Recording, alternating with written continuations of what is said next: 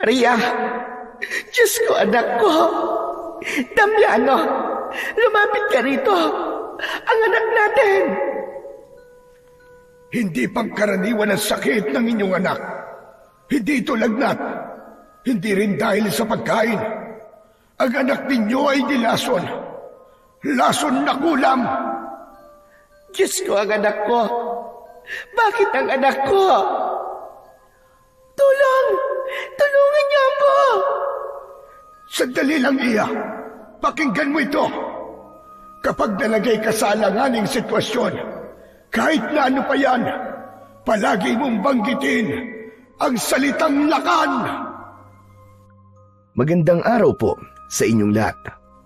Ang kwento po natin sa araw na ito ay tungkol sa isang misteryosong tagapagligtas sa baryo ng Santa Monica. Kilala siya sa pangalang Lakan, isang bayani na bigla na lamang sumusulpot sa tuwing may panganib at tumutulong sa mga nangangailangan. Walang may alam kung sino siya o saan siya nagmula.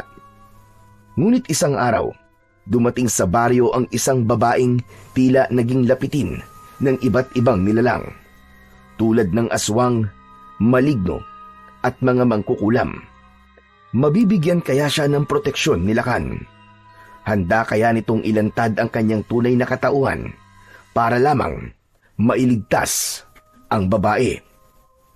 Ngunit bago po ang lahat, mga idol, huwag po nating kalimutang mag-subscribe at i-hit ang notification bell sa aking YouTube channel na The Voice Addict at Apong Isaak para sa mas marami pang makapigil hiningang kwentong aswang at katatakutan mula sa mundo ng kababalaghan. Umpisahan na po natin ang kwento. Diyos ko po, tulungan niyo ako. Ayoko pang mamatay. Halos manigas na ang binti ni Maria dahil sa walang tigil na pagtakbo. Wala siyang ideya kung paano siya napunta sa madilim at nakakatakot na gubat na yun. Basang-basa na siya ng pawis at halos hindi na makahinga nang dahil sa labis na pagod. Dumudugo na rin ang kanyang mga paa dahil sa mga natatapakang mga sanga, matutulis na bato at mga tinik. Wala na siyang pakialam dahil isa lang ang nasa isip niya ng mga sandaling yon: ang makatakas. Halos mapaiyak siya nang muling marinig ang mumunting yapak ng nilalang na sumusunod sa kanya. Ano bang kasalanan ko? Bakit mo ako hinahabol?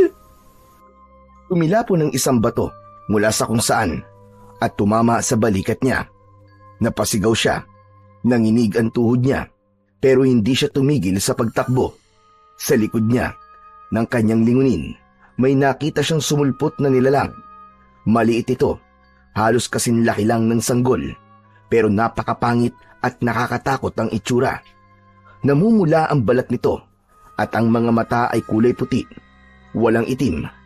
Ang bibig ay puno ng laway at may maliliit at matutulis na ngipin. Nakausli din ang tiyan nito na parang busog na busog. Ang mga kamay ay may mahahabang kuko. Humahalakak ito. Tila nasisiyahan sa nararamdamang takot ni Maria. Paulit-ulit din itong isinisigaw na hindi makakatakas sa kanya ang babae. Tama na! Tumigil ka na! Lubayan mo na ako! Ngunit hindi tumigil ang munting halimaw. Bagkus, mas lalo pa itong nasisiyahan. Halos pumapalakpak kapag nadadapa ang dalaga. Samantala, pinilit pa rin ni Maria na makalayo. Lahat ginawa niya, kahit ilang beses nang mangudngud sa lupa ang mukha niya. Tumayo pa rin siya. Hindi ako magpapakain sa'yo. Kailangan kong mabuhay, kahit na anong mangyari. Hindi ako papayag na mamatay ako sa ganitong paraan. Nagpatuloy siya sa pagtakbo, kahit walang direksyon. Kahit pa hindi niya na alam kung palabas ito ng gubat o hindi. Pero buo ang loob niyang makaligtas, kahit na anong mangyari. Tulong! Tulungan niyo ako! Parang awa niyo na! Tulungan niyo ako! Paulit-ulit na sumigaw ang dalaga. Umaasa siyang may makakarinig sa kanya mula sa baryo, pero wala. Kahit alam niyang umaalingaw-ngaw ng malakas ang boses niya sa katahimikan ng gabi, parang walang nakakarinig sa kanya. Ngunit sa paglipas ng ilang sandali, isang himala ang nangyari. Nakita niya na ang daan palabas ng gubat. Mas binilisan pa niya ang kanyang pagtakbo. Ngunit ang maliit na nilalang, alam niyang hindi pa rin tumitigil sa pagsunod sa kanya. Tumakbo siya ng tumakbo hanggang sa makarating siya sa may dalampasigan. At doon, may nakita siyang isang lalaki na nakatambay sa bangka. Kuya! Kuya, tulong! Tulungan mo ako! Agad na napalingon sa kanya ang lalaki.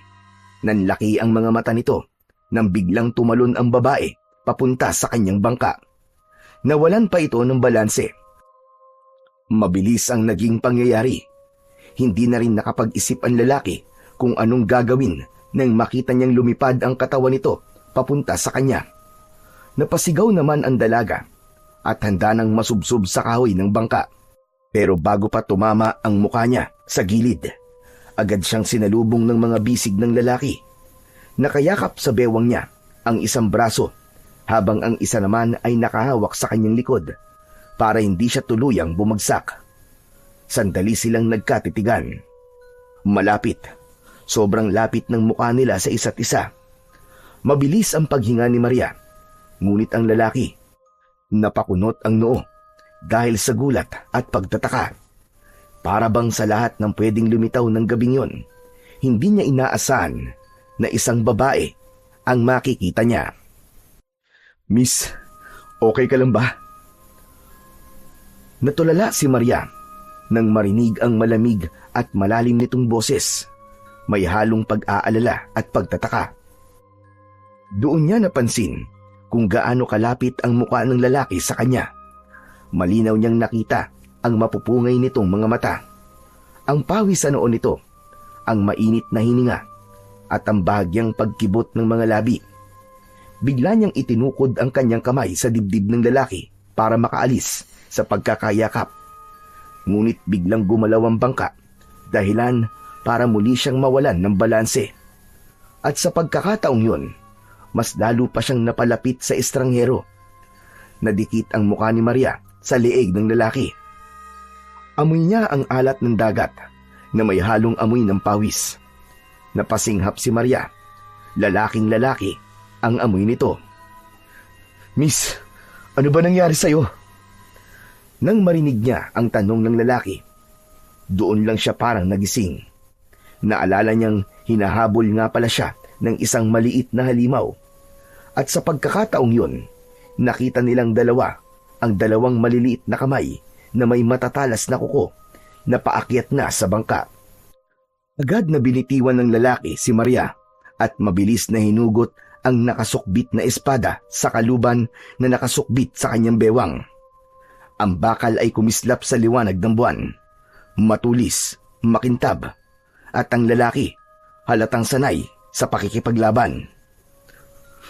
Diyan ka lang sa likod ko! Tumango si Maria.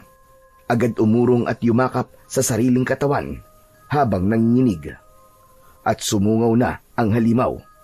Mas naging mabagsik ang itsura nito. Ngunit maliksi ang lalaki.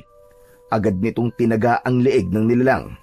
At sa isang iglap lang, ang ulo nito ay gumulong dun mismo sa loob ng bangka at ang katawan ay nahulog sa lupa. Hinahampas-hampas ng alon ng dagat.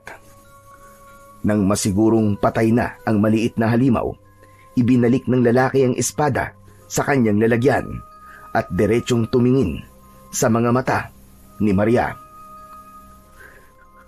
Ayos na, miss. Patay na ang humahabol sa'yo. Natulala sandali ang dalaga. Bumaba ang tingin niya sa katawan ng lalaki. Wala itong suot na pang-itaas na damit.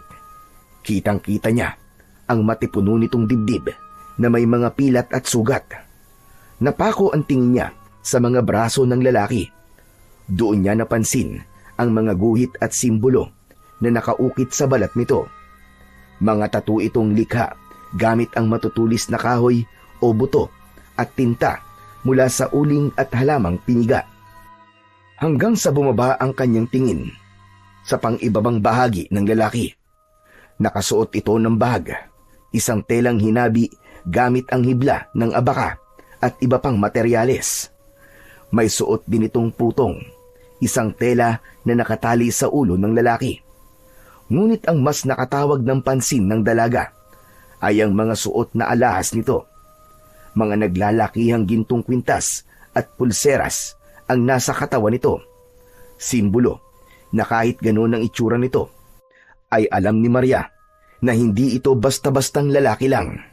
May sinasabi ang lalaking yun. Parang isa itong halimbawa ng isang maharlikang lalaki noong unang panahon. Parang kawangis ng isang bayani na nababasa niya at inilalarawan sa libro. Salamat! Salamat sa pagliligtas mo sa akin!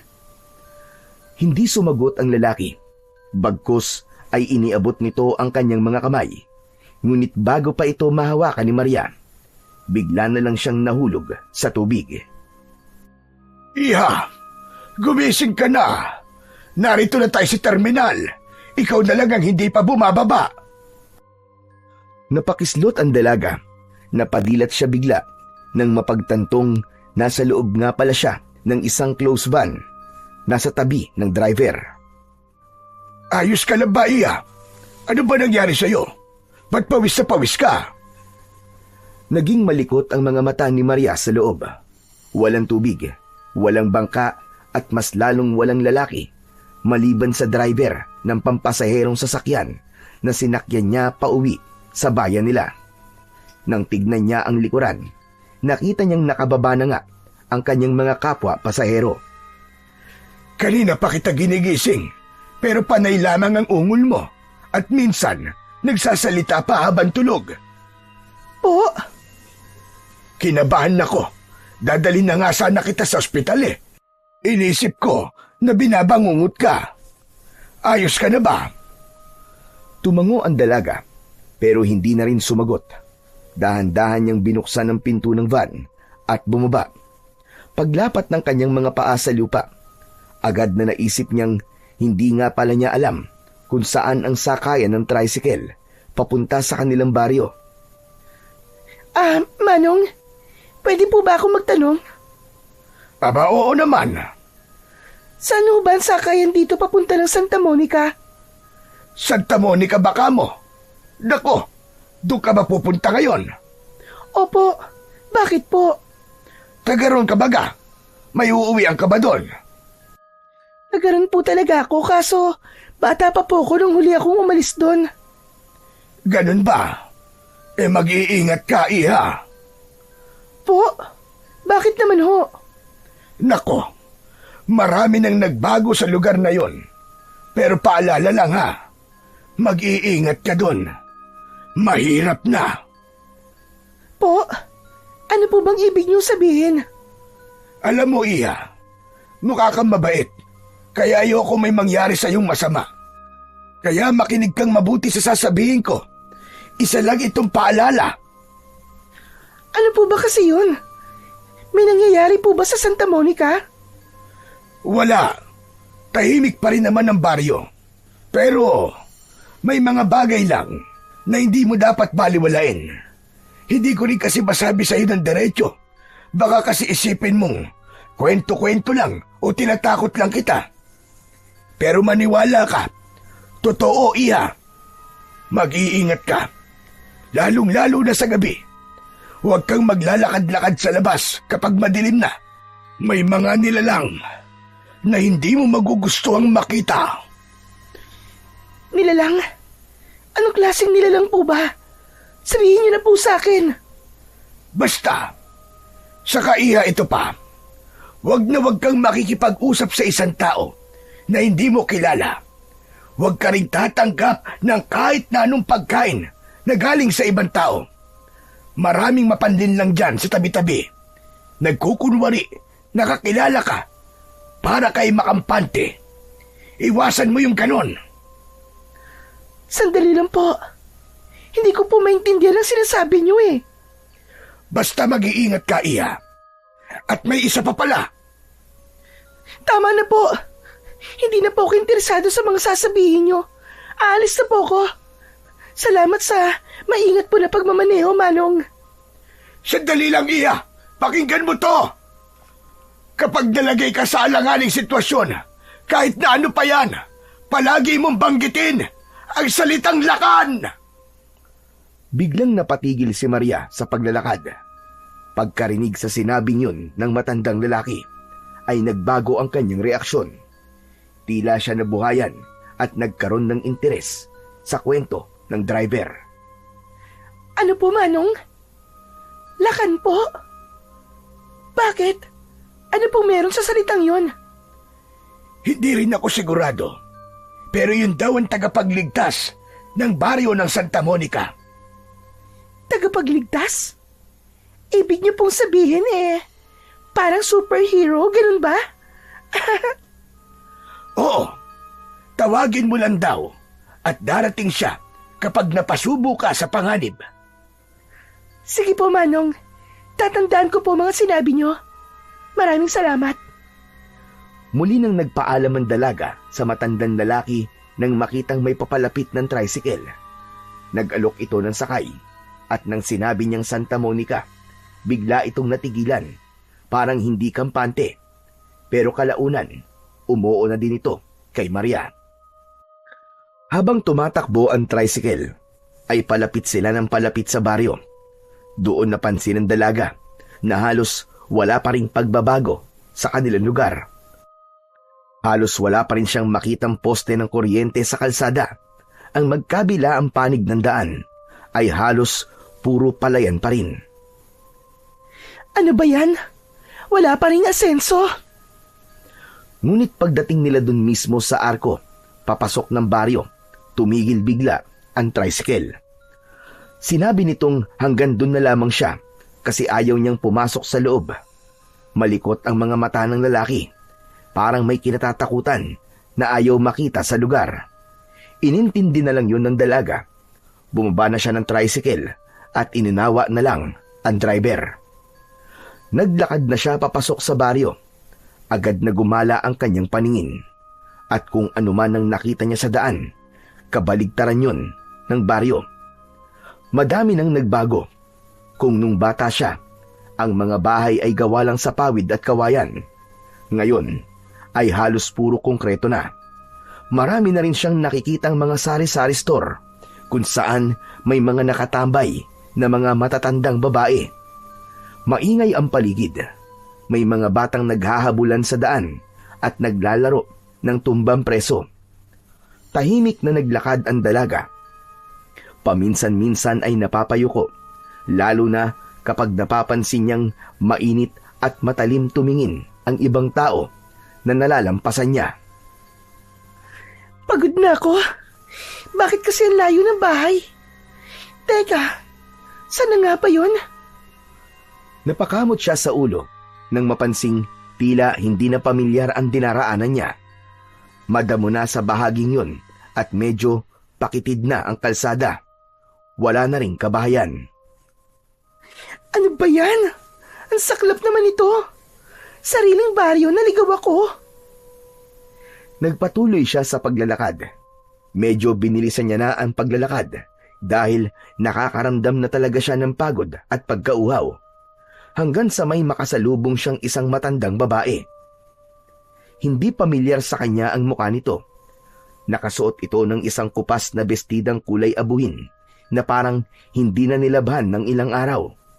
Gusot-gusot ito at may bahid ng putik sa laylayan. Mahaba ang buhok nitong halos lahat ay puti na. Magulo rin at parang hindi nagsusuklay.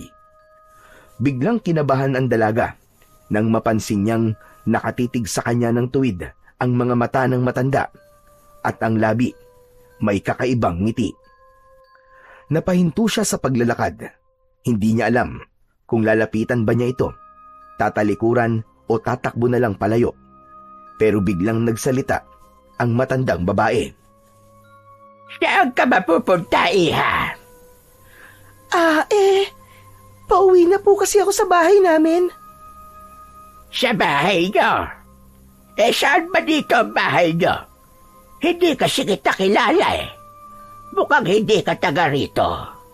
Iba ang kutis mo sa mga dalagang nandito. Mukha kang tagalungsod. Taga rito po talaga ako, Lola. Pero ngayon lang po ulit ako umuwi, matapos po ang ilang taon. Kaya naman pala. Nako, iha. Mukhang naliligaw ka. Sa daan na to, wala ka ng bahay na makikita kundi yung akin. May matutuluyan ka ba? Pwede ka naman sa bahay ko kung gusto mo. Naku, maraming salamat po. Pero may magulang po ako na uuwian. Hinihintay na nga po nila ako ngayon eh. Anak po ko ni Aling Dolores. Ano ka ba? Anak ka pala ni Dolores. Teka, ikaw na ba si... Maria po. Si Maria! Ayun, naalala na nga kita. Oo, ikaw nga yung anak ni Dolores. Kilala niyo po ako? Sandaling napakunot ang noon ni Maria dahil ang matandang babae ay hindi niya kilala. Abay, kilala kita, siyempre. Abay, bata ka pa doon nung umalis ka dito, hindi ba? Opo. Ay, siya nga po pala. Kailangan ko na pong umalis. Kung naliligaw po ako babalik na lang po ako. Sandali lang, iha. Ituturo ko sa iyo ang daan pa uwi sa inyo. Po? Oo. Naku, pasensya ka na ha. Mukha natakot ka yata sa akin. Pasensya ka na ulit kung hindi ko lang mapigilan na sarili ko na tignan ka. Ang ganda-ganda mo kasing bata. Alam mo nung kabataan ko, aba, ganyan din ang itsura ko sa'yo. Ganyan din ako kaganda. Nako, maraming salamat po matanong ko lang po, ano po bang pangalan nyo? Nako, hindi mo pala ako nakilala, no? Ako si Purita. Tawagin mo na lamang akong Lola Purita. Pasensya na po, Lola Purita. Pero, hindi ko na po talaga kayo matandaan Pagkasabi nun, napansin ng dalaga na biglang nag-iba na naman ang ekspresyon ng matanda. Naging seryoso ito at nakatitig ulit sa kanyang muka. Bigla itong hindi na nagsalita. Maya-maya ay dahan-dahan itong lumapit sa kanya at hinaplos ang kanyang braso. Nahiya bigla ang dalaga. Aling Purita, pasensya na po pero... Ngunit tila hindi siya narinig ng matanda. Patuloy lamang ito sa marahang paghaplos sa braso niya. Tapos tumaas sa kanyang pisngi. Ang mga daliri nito ay nanginginig pa. Umatras bigla si Maria. Tama na po. Bakit niyo po ako hinahawakan ng ganyan? Biglang natauhan ang matandang babae. Agad niyang binawi ang kanyang kamay. Napayuko at umubo ng peke. Tila nahiya sa sarili niyang kilos. Maya-maya pa ay tahimik na itong tumalikod at dumiretso sa daanang tatahakin sana ni Maria. Sinundan ito ng tingin ng dalaga. Takang-taka sa kakaibang ginawi ng matandang babae. At dahil sa sinabi ng matanda na naliligaw siya, pinili na lang niyang bumalik at muling maglakad. Grabe! Ang weird! Anong meron sa kanya? Ilang sandali pa, may nakita na siya ulit na mga kabayan at doon na niya sinubukang magtanong-tanong sa mga tao. May ilang nakakilala sa kanya, kaya naituro naman ng maayos sa kanya kung saan nakatira ang kanyang mga magulang. At sa wakas, narating na nga niya ang kanilang tahanan. Napasinghap siya nang makita ang lumang bahay nila. Ngunit napangiti rin nang makitang buhay na buhay ang kanilang bakuran.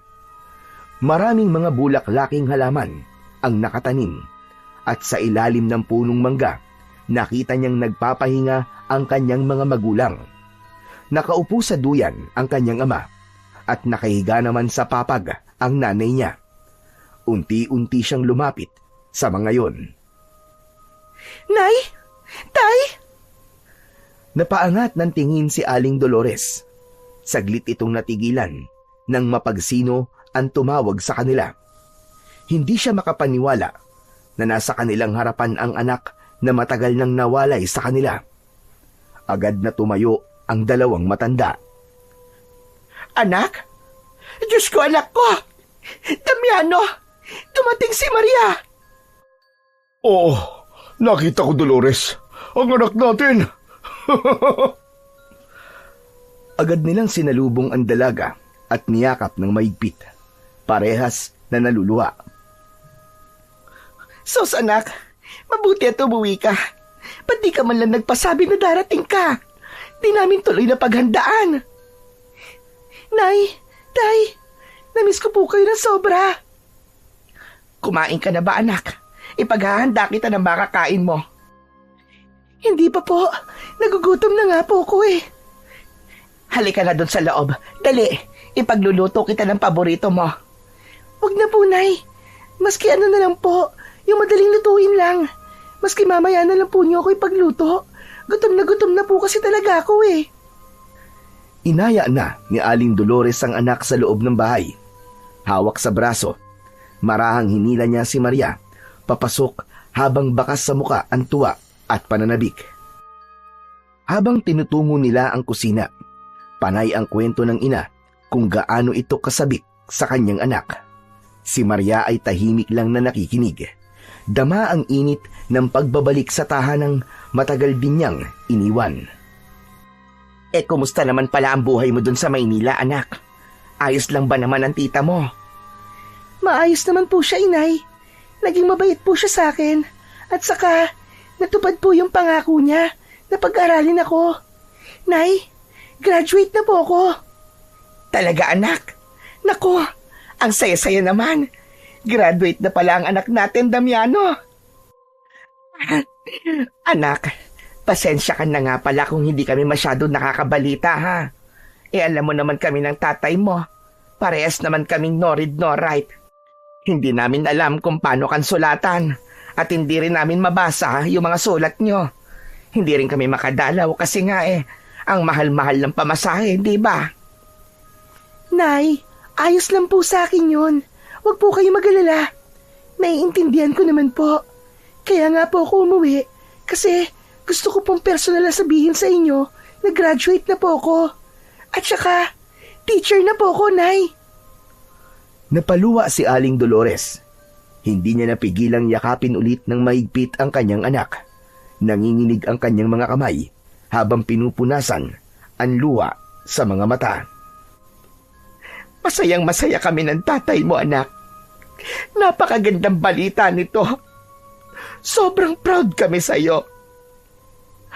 Hindi na sayang lahat ng sakripisyo mo, anak. Ang lahat ng iyong pagtitiis. Hindi rin po nasayang ang lahat ng dasal niyo, Nay. Tay, kayo po kasi ang naging lakas ko sa lahat ng hirap. Nako, sinabi mo pa, anak. Itong nanay mo, laging nagnonobena yan para sa'yo. Anak, maraming salamat ha. Kasi hindi ka nakalimot sa amin. Hindi ko naman po talaga kayo makakalimutan. Kayo po ang pamilya ko eh. Saka Tay, Nay, ngayong graduate na po ako, asahan nyo. Magbubunga na po ang lahat ng sakripisyo natin. Makakaahon na po tayo sa hirap. Pangako ko po yan sa inyo.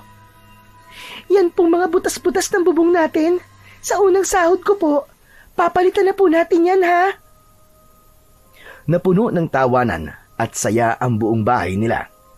Ilang sandali pa, ipinaghain na nga ni Aling Dolores ng pagkain ang kanyang anak.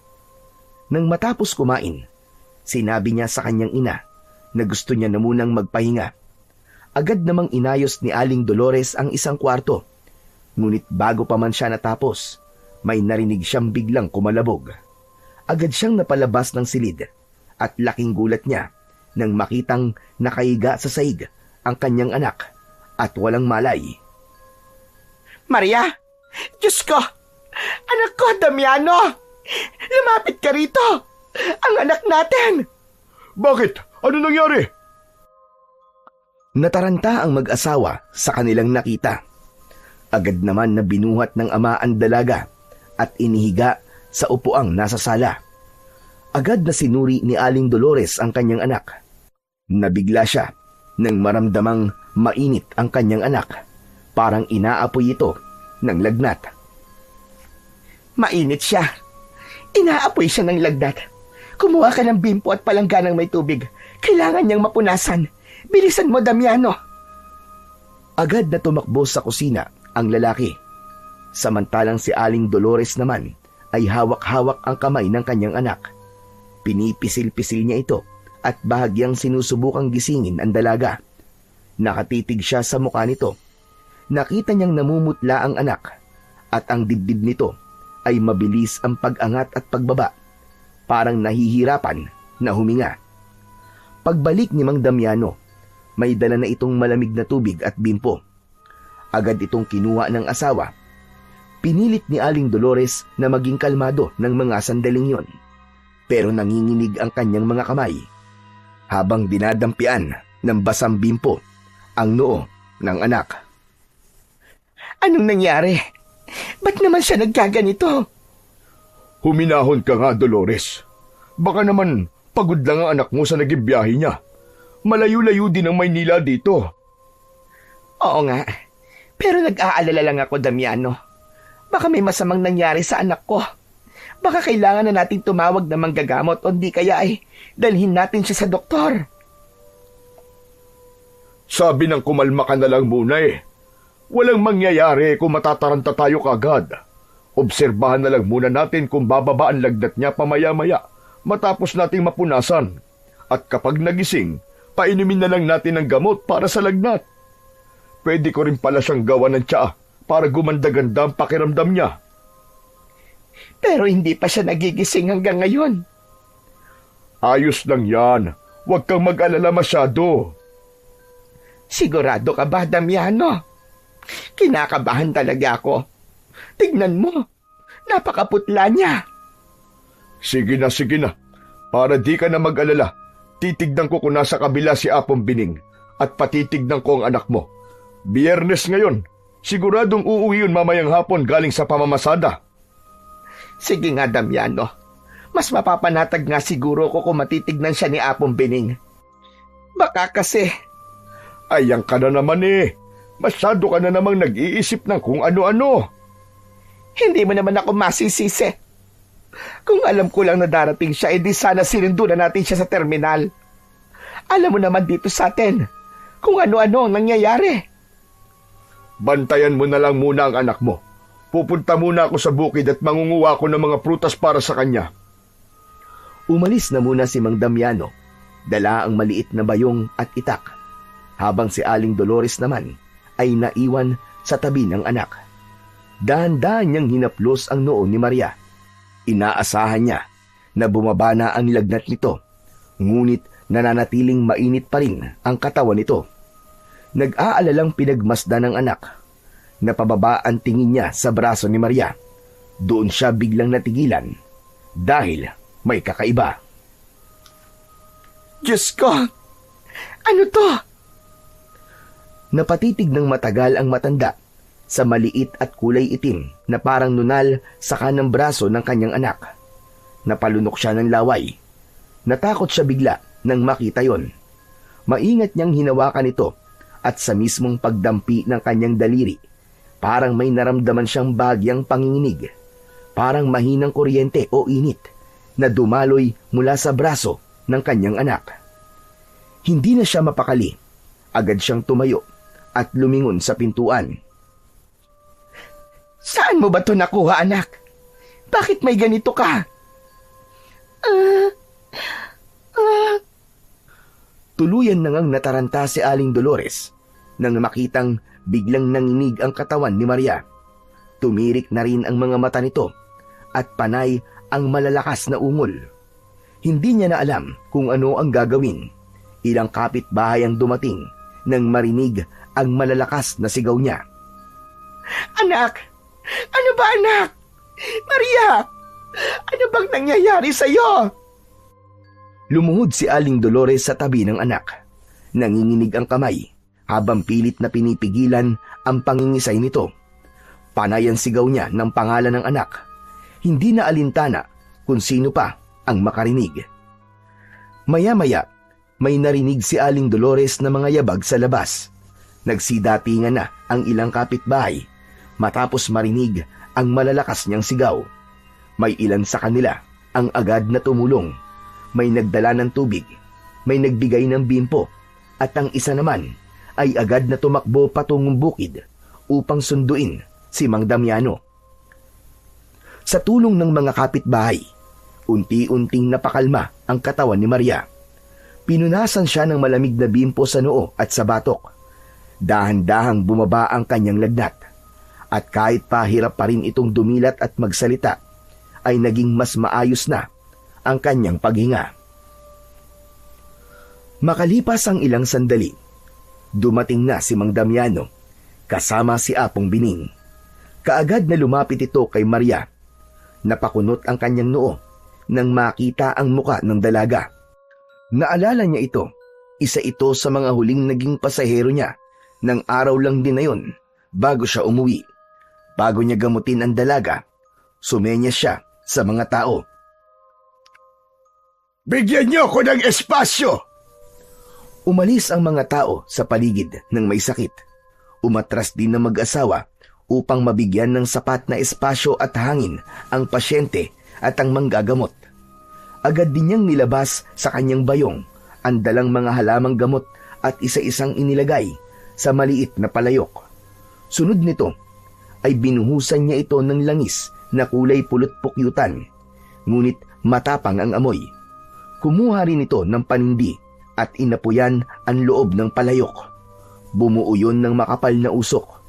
Agad na iniangat ng manggagamot ang palayok at paikot-ikot sa katawan ng dalaga, habang bumubulong-bulong ng kakaibang dasal na parang nasa wikang Latin. Matapos magpausok, sunod nitong hinimas ang noo ng dalaga gamit ang kanang palad. Pumikit siya at muling bumulong ng mga dasal. Diyos ko! Masama ito! Mabilis na hinawakan ni Apong Bining ang muka, leeg at mga braso nito. Doon, nakita niya rin ang nakita ni Aling Dolores kani-kanina lamang. Ito ay ang kulay itim na bagay na parang nunal sa kanang braso ni Maria. Bakit ho, Apong Bining? Anong problema? Anong sakit ng anak ko? Walang sakit ang anak mo, Dolores. Pero mukha siyang nilason. Ano kanyo? Nilason? Sino naman po ang gagawa nun? Maingat naman po kung nagluto kanina. Sigurado kung walang lason ng pagkain ibinigay ko sa kanya. Sandali. Ibang lason ang sinasabi ko. Dahan-dahang inilapit ni Apong Bining ang isang piraso ng tuyong dahon sa ilong ni Maria. Pinaamoy niya ito habang binibigkas ang isang orasyon sa mababang tinig. Halos bulong lang na parang nanggagaling sa kailaliman ng lalamunan. Biglang napaungol si Maria at muling nanginig ang kanyang katawan. Napaatras ng bagya si Aling Dolores habang napakapit naman ng maigpit si Mang Damiano sa balikat ng asawa. Maya-maya pa, kinuha ni Apong Bining ang maliit na bote ng langis at nilagyan ng kaunting patak ang gitna ng palad ni Maria. Pagkatapos ay ginamit niya ang isang pirasong pulang tela at ipinatong yon sa palad ng dalaga. Muling nagdasal ang matanda. Ilang saglit pa, gumalaw ang tela, bagay na ikinagulat ng lahat. Umiikot ito na para bang may hangin sa ilalim, kahit wala namang simoy ng hangin sa paligid. Tumigil sa pagdarasal si Apong Bining at huminga ng malalim. Muli siyang tumingin sa mag-asawa at sa pagkakataong ito, mas mabigat na ang kanyang tinig. Hindi pangkaraniwan ang sakit ng inyong anak. Hindi ito basta lagnat lang. Hindi rin dahil sa pagkain. Ang anak ninyo ay nilason. Lason na kulam. Nanlaki ang mga mata ni Aling Dolores at napaupo siya sa silya. Para bang biglang nanghina ang kanyang mga tuhod. Napapikit siya at halos hindi makapaniwala. Diyos ko po! Kulam! Bakit naman? Sinong gagawa nito sa anak ko? Hindi agad nakasagot si Apong Bining. Tila nag-iisip ito habang tinititigan ang sugat sa tila nunal sa braso ni Maria. Anong mangyayari sa anak namin, Apong Bining? Kakaiba ang kasong ito pero may naging pasyente na akong ganito. Doon, sa kabilang baryo. Nailigtas niyo po ba, Apong Bining? Oo, pero mahirap dahil masyadong makapangyarihan ang mangkukulam na gumawa nun. Pero gagawin ko ang lahat para hindi mapahamak ang anak ninyo. Ano po bang ginawa sa kanya? Ang paraan na ginawa ng mangkukulam ay kabisadong-kabisado ko. Nakita niyo ba tong parang nunal na ito? Dito niya ipinasok ang lason na unti-unting papatay sa anak niyo. Ang prosesong ito ay ginagawa nila kapag may nagustuhan silang mga babae. Kadalasan, yung magaganda. Kung nagustuhan niya ang ganda ng anak ko, bakit niya ito gagawin? May isang klase ng mangkukulam na kayang kunin o sapian ang katawan ng kanyang biktima. Ano kanyo? Hindi ko maintindihan, Apong Bining. Anong klaseng mangkukulam yan?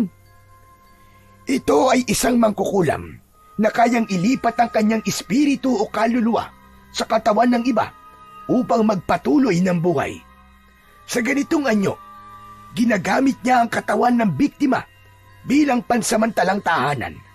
Ngunit habang tumatagal, unti-unti na niyang inaangkin ito ng buo. Diyos ko po, ang anak ko! Bakit ang anak ko? Walang hiyayang mangkukulam na yan. Bakit ito ginagawa? Ang ganyang mangkukulam ay ayaw mamatay. Pinipili nila ang malalakas, malulusog o mga inosenteng kabataan bilang sasapian para sa panibagong buhay nila. Maaaring makuha niya ang katawan ng biktima sa pamamagitan ng pagpapainom o pagpapakain ng lason. Pwede ring sa sugat o pagtusok ng karayom na nag-iiwan ng malanunal na marka. Nagkatinginan ang mag-asawa. Punong-puno ng takot at pagkabahala ang kanilang mga mata. Hindi nila inaasahang sa unang araw pa lamang ng pagpabalik ng kanilang anak ay agad na itong mapapahamak sa kamay ng isang malupit na mangkukulam. Anong gagawin natin? Anong kailangan namin gawin para mailigtas ang anak namin? Malalaman mo ba kung sino ang mangkukulam na yon? Hindi yun madali, pero susubukan ko. Kaya lang, pangungunahan ko na kayo. Ang mga ganong mangkukulam, mahirap huliin at mahirap din matalo. Dahil kapag yan nakapasok na sa katawan ng anak nyo, makikipaglaban yan. Ang gawin nyo, bantayan nyong maigi si Maria. Kapag nagising siya, kausapin nyo. Ipaalam nyo sa kanya ang kalagayan niya at sabihin na kailangan niyang maging matatag at labanan ang kanyang sarili. Sa ngayon, siya lang muna ang makakatulong sa sarili niya. Damiano, natatakot ako para sa anak natin. Diyos ko, ngayon na nga lang tayo ulit nagkita-kita. Ito pa ang mangyayari sa kanya. Naaawa ako sa anak natin. Tibayan mo ang loob mo, Dolores. Naniniwala akong malalagpasan natin ito at makakayanan ni Maria ang lahat. Hindi naman nagbibigay ng pagsubok ang Panginoong Diyos kung hindi natin kaya. Sa kamatapang ang anak natin, alam mo yan. Alam ko naman yon, Damiano. Pero ibang bagay na itong pinagdadaanan ng anak natin ngayon. Hindi na ito tungkol sa hamon ng buhay, kundi tungkol na sa mga masasamang nilalang na nagkalat dito sa ating baryo. Huwag ka na mag-alala. Ang laban na ito ay sama-sama nating haharapin. Manalangin tayo at sigurado ako na malalampasan natin ito. Umango si Aling Dolores. Kahit papano ay gumaan ang kanyang loob sa sinabi ng kanyang asawa. Malaki pa rin ang pananalig nila na malalampasan ni Maria ang pagsubok na yon, na matatalo nila ang mangkukulam sa tulong din ng matandang manggagamot. Maraming salamat po sa inyo, Apong Bining. Sana po ay makaisip kayo ng mas magaling na paraan para mapagaling ang anak ko at di mapahintulutan na makuha ng hayop na mangkukulam na yon ng katawan niya. Huwag kayong mag-alala. Gagawin ko ang lahat. Pero sa ngayon, ang una kong gagawin ay alisin ang lason na nagpapahirap sa kanya. Sige po, gawin niyo po ang lahat. Naniniwala kaming kaya mo, Apong Bining. Alam ko namang ikaw ang pinakamagaling dito sa atin. Wala na kaming ibang malalapitan kundi ikaw. Hindi. Hindi na ako ang pinakamagaling na albularyo dito sa atin. May iba na. May ibang paparating. Talaga po? Sino po yun? Makikilala nyo rin sa ibang mga pagkakataon. Sige po, mabuti nga kung meron na kayong makakatulong sa mga gawain na ganito sa baryo natin. Para naman paminsan-minsan may katakutan ng mga hayop na mangkukulam na yan at iba pang mga kampo ng kadiliman. Tumango si Apong Bining at marahan niyang inilabas mula sa kanyang bayong ang isang mahabang itim na tela na may burdang sinaunang simbolo.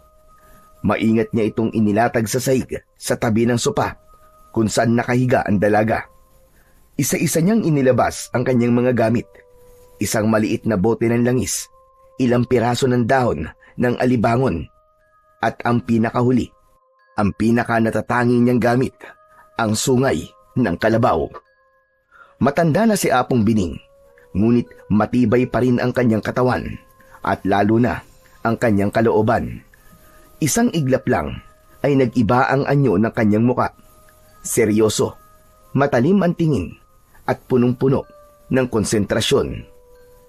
Ikuha niyo ko ng baga mula sa kalan, yung pulang-pula. Agad namang sumunod si Mang Damiano. Ilang saglit pa, hawak na niya ang isang piraso ng baga na inilagay niya sa plato na gawa sa aluminum. Agad itong inilagay ng matanda sa palayok at pinatungan niya ito ng dahon at sinindihan. Nilagyan niya rin ito ng insenso. Kumalat ang usok sa halos kabuuan ng sala. Mabigat ang amoy, matapang at parang mapakla. Parang pinaghalong amoy ng dahon at balat ng kahoy na nabubulok. Piniringan ni Mang Bining ang mga mata ni Maria gamit ang isang panyo. At sa tapat mismo ng kanyang braso, kung saan naroon ang itim na marka, inilagay niya ang sungay ng kalabaw. Mabilis niyang sinambit ang ilang sinaunang orasyon habang ipinipwesto ang sungay. Pagkatapos ng huling orasyon, bigla niyang itinusok ang dulo ng sungay sa balat ni Maria. Hindi upang butasin, kundi upang idiin sa mismong ibabaw ng itim na marka. Sa tulong ng kanyang bibig, sinimulan niyang sipsipin ang lason. Sa bawat higop ni Apong Bining, napapakislot si Maria. Pumipiglas ang kanyang mga kamay at paa. Tila may gustong kumawala sa kanyang katawan. Hindi tumigil ang matanda. Pawisan na siya at halos nanginginig ang kanyang mga kamay sa pagod. Ngunit nang tuluyang may lumabas na maitim at malapot na likido mula sa sugat ni Maria, saka pa lang siya tumigil. Parang usok na itim ang kasunod ng likido.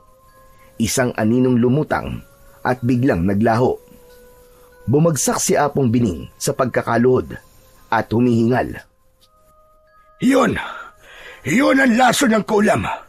Pero tandaan nyo, hindi pa ito tapos. May susunod pa.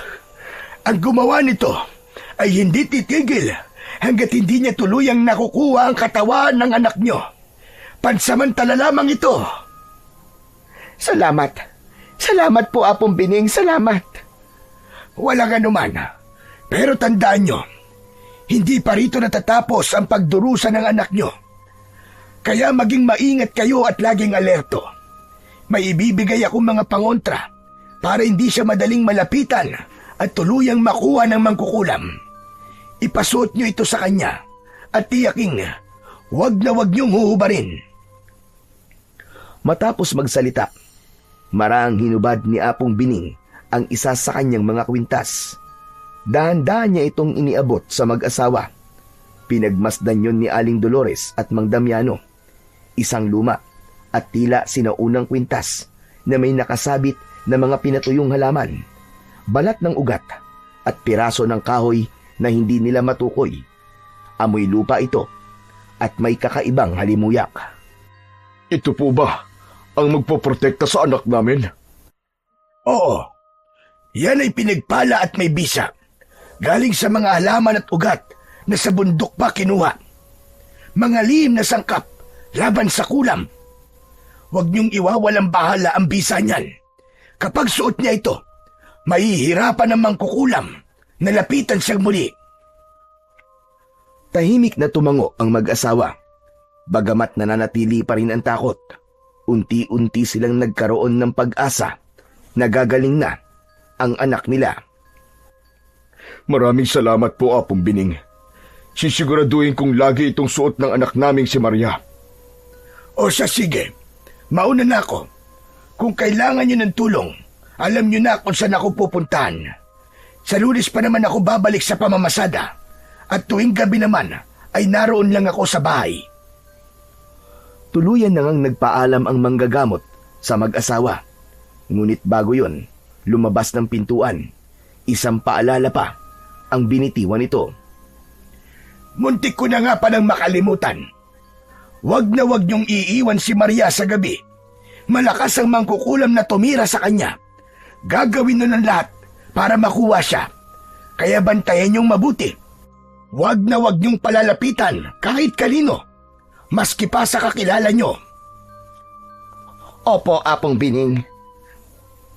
Bago pa umalis ang manggagamot, pinauwi na nito ang mga kapitbahay na naroon at nakabantay. Binalaan niya ang mga ito na wag na munang lalapit sa dalaga. Tinakot niya ang mga ito na pwedeng mailipat sa kanila ang sumasanib na kaluluwa ng mangkukulam. Dahil doon ay nabulabog ang lahat at kagad na nagsiuwian. Lumingon naman ang matanda sa mag-asawa. Huwag kayong mag-alala. Sinabi ko lang yun sa kanila para wala na munang lumapit sa anak nyo. Mas mainam na yon. Kasi pag maraming kismoso, hindi mag-aalangan ng mangkukulam na yon na lumapit. Tumango ang mag-asawa. Tuluyan na ngang umalis ang matanda. Naiwan ang mag-asawa. Nagkatinginan silang dalawa. Napatingin si Aling Dolores sa anak na noon ay bumalik na ang normal na paghinga. Medyo nagkakulay na din ang dating maputlang pisngi. Nagpasya ang mag-asawa na dalhin na ang dalaga sa kwarto nila para mabantayan ng gusto. Palitan sila sa pagbabantay sa kanilang anak. Kinagabihan, habang tahimik na nagbabantay si Aling Dolores sa tabi ng kama, napansin niyang gumalaw ang mata ni Maria sa ilalim ng talukap nito. Napatingin siya kagad. Kinabahan. Ilang saglit pa, bigla na lang dumilat si Maria. Anak! Anak, may malay ka na. Diyos ko, salamat. Nay? Oo, anak. Ako nga ito. Kumusta na ang pakiramdam mo? May masakit pa ba sa'yo? Nay, pahingi po ng tubig. Nauuhaw po ko. Sige, anak. Kukuha lamang ako sa kusina. May iba ka pa bang kailangan? Wala na po, Nay. Tubig lang po. Tumango si Aling Dolores sa dalaga. Dama ang gaan ng loob at tuwa sa paggising ng anak. Bago pa man tumungo sa kusina, marahan niyang ginising ang kanyang asawa. Damiano! Damiano, gumising ka! Damiano, gising na si Maria. Bumangon ka na riyan. Bantayan mo ang anak mo. Napabangon kagad si Mang Damiano. Agad na kinamusta ang anak. Nang muling dumating si Aling Dolores, may dalang baso ng tubig. Maingat niya itong iniabot kay Maria. Anak, heto na ang tubig, inumin mo. Walang imik na kinuha ni Maria ang baso at mabilis na ininom ang laman nito. Halata ang matinding uhaw at panghihina niya. Pagkatapos, agad namang muling bumalik sa kusina si Aling Dolores at kumuha ng isa pang baso ng tubig. Inabot niya ulit ito sa kanyang anak na walang pag-aatubiling inubos din. Matapos makainom, malalim ang naging buntong hininga ni Maria. Para bang may bigat na naibsan sa kanyang katawan. Tinignan niya ang kanyang mga magulang at dahan-dahang ngumiti.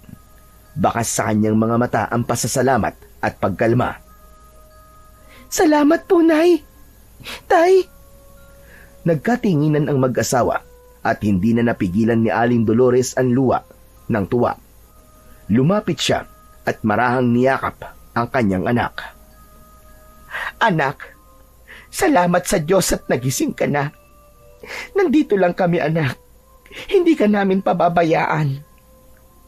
Samantala, hinaplos naman ni Mang Damiano ang ulo ng kanyang anak habang pinipigilan ang sariling maiyak. Malakas na bata ang anak natin, Dolores. Lalaban tayo, anak. Kasama mo kami. Napatingin si Maria sa kanyang mga magulang. Kita sa kanyang mga mata ang pagkalito.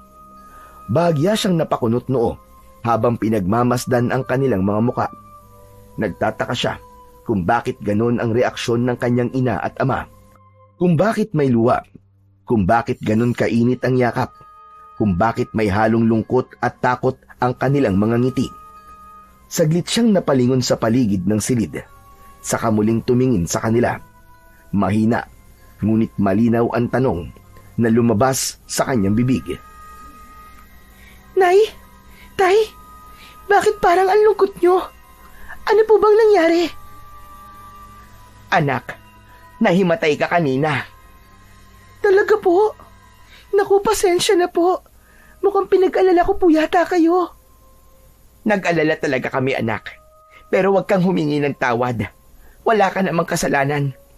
Kumusta na ang pakiramdam mo? May masakit pa ba sa'yo? Sabihin mo lang sa akin, anak, ha? Kung may nararamdaman kang kakaiba. Ayos naman po ako. Heto po, medyo nagugutom lang. Gabi na po pala. Ganun po ba ako katagal na wala ng malay? Hindi naman, anak. Kaso, itinuloy mo na nga lang sa pagtulog. Anak, may kailangan kang malaman. Ano po yun, Nay? Huwag kang mabibigla, ha? Saka huwag ka sanang matatakot. Sige po, ano po ba yun? Agad na ipinaliwanag ni Aling Dolores ang lahat sa kanyang anak. Wala siyang iniwan, maski konting detalye. Natulala naman ang dalaga at bahagyang nalito sa kanyang narinig. Hindi siya naniniwala sa mga ganong kwento, pero nagdalawang isip siya nang marinig ang sinabi ng kanyang mga magulang. Hindi niya maiwasang hindi maiyak. Sa gitna ng pagkalito at takot, naalala niya ang nakasalubong na matandang babae na si Aling Purita. Naalala ko, Nay. Kanina po nung pauwi ako, naligaw po ako eh. Tapos, may nakasalubong po ako matandang babae. Ano ka mo? Matandang babae? Sino? Ano nga bang pangalan nun? Tama! Lola Purita po. Yun po ang pangalan niya. Purita? May kilala ka bang matanda na ang pangalan ay Purita, Dolores? Wala. Saan mo siya nakita? Saka anong itsura niya? May kakaiba ba siyang ginawa sa'yo? O baka naman may binigay siyang pagkain sa'yo at tinanggap mo? Wala naman po siyang binigay sa akin. Ang totoo po niyan, maayos naman po siya nakipag-usap eh. Kaso ang kakaiba lang po sa kanya, bigla niya po akong hinawakan sa braso. Tapos sinaplos niya po ang mukha ko. Ang sabi niya po, ang ganda-ganda ko raw. Kamukha ko daw siya nung kabataan niya. Hinawakan niya ka mo ang braso mo. Kung ganon, tama nga ang sinabi ni Apong Bining. Sa braso mo idinaan ang lason. Itinuro ni Aling Dolores ang marka sa braso ng dalaga. Nanlaki din ang mga mata ni Maria. Pero huwag kang mag-alala, anak. Natanggal na ni Apong Bining yung lason. Ang kailangan na lang natin ngayon ay ang huwag makalapit sa iyo ang mangkukulam. Ligtas ka na, anak. Huwag mo nang masyadong isipin. Mabuti pa ay kumain ka na muna. Sa nalaman ko, parang hindi ko na po yata kayang kumain, Nay. Natatakot po ako. Baka po may gawin sa akin yung mangkukulam. Baka kung bumalik siya, ay kunin ako. Palitan po ko. Nang makitang natataranta na ang dalaga, mabilis yung niyakap ng mag-asawa. Maya-maya pa ay ipinakita ni Aling Dolores sa anak ang suot ni Maria na kwintas, ang pangontra laban sa kulam. Huwag ka na mag-alala. Heto, binigay sa iyo to bilang proteksyon mo para hindi makalapit sa iyo ang mangkukulam na yon. Tumango si Maria habang pinapahid ang luha sa pisngi. Kahit papano, nabawasan ang bigat sa kanyang dibdib. Sa kabila ng takot at pagkalito, ramdam niya ang pagmamahal at pagtatanggol ng kanyang mga magulang at doon siya kumukuha ng lakas ng loob. May pagkain po ba tayo? Nagugutom na po ko eh. Ngumiti si Aling Dolores. Mabilis na tumayo at tinungo ang kusina. Ilang sandali lang ay bumalik siya dala ang mainit na lugaw, tinapay at isang basong tubig. Maingat niya itong inilapag sa maliit na mesa sa tabi ng kama. Maingat na kumain si Maria. Halatang gutom pero pinilit niyang kinontrol ang sarili. Matapos ang ilang kutsara, napabuntong hininga siya at tumingin sa kanyang ina. Maraming salamat po, Nay. Ngumiti lang si Aling Dolores at hinaplos ang buhok ng anak. Matapos kumain, dahan-dahang humiga si Maria. Pinagmasdan siya ng mag-asawa habang unti-unting muling ipinikit ang mga mata. Muli siyang nakatulog. Sa paglipas ng mga oras, habang mahimbing na natutulog si Maria, muling bumalik ang bangungot na una niyang napanaginipan nung nasa biyahe pa lamang siya pauwi. Sa panaginip, naroon siya sa parehong madilim at masukal na gubat. Tahimik sa una, pero unti-unti ay nararamdaman niyang may sumusunod sa kanya hanggang sa nagpakita na naman sa kanya ang maliit na nilalang. Hanggang sa tuluyan na siyang tumakbo, humahagibis sa gitna ng dilim habang may kung anong nilalang na pilit siyang inaabot mula sa kanyang likuran. Naramdaman niyang ilang beses siyang muntik ng masunggaban. Napasigaw siya nang dahil sa labis na takot. Sa eksaktong sandaling yon, nagising si Maria. Basang-basa ng pawis ang kanyang katawan at hingal na hingal siya na para bang totoong-totoo ang takot sa kanyang panaginip. Napakapit siya sa dibdib niya habang mabilis ang pintig ng kanyang puso. Pilit inaalala kung panaginip lamang ba ang lahat ng yon o may ibig sabihin na mas malalim. Ayos ka lang ba, anak? Bakit bigla ka napabangon? Napalunok si Maria pero hindi na siya nagsalita. Pinili niyang wag nang sabihin sa kanyang ina ang kanyang napanaginipan dahil ayaw niya nang madagdagan pa ang pag-aalala nito. Wala po. Ayos lang naman po ko. Sigurado ka ba, anak? Opo, Nay. Opo. Ayos lang po ko. Ang totoo nga po niyan mas magaan na po ang pakiramdam ko kaysa kahapon. Salamat sa Diyos. Mabuti naman, anak.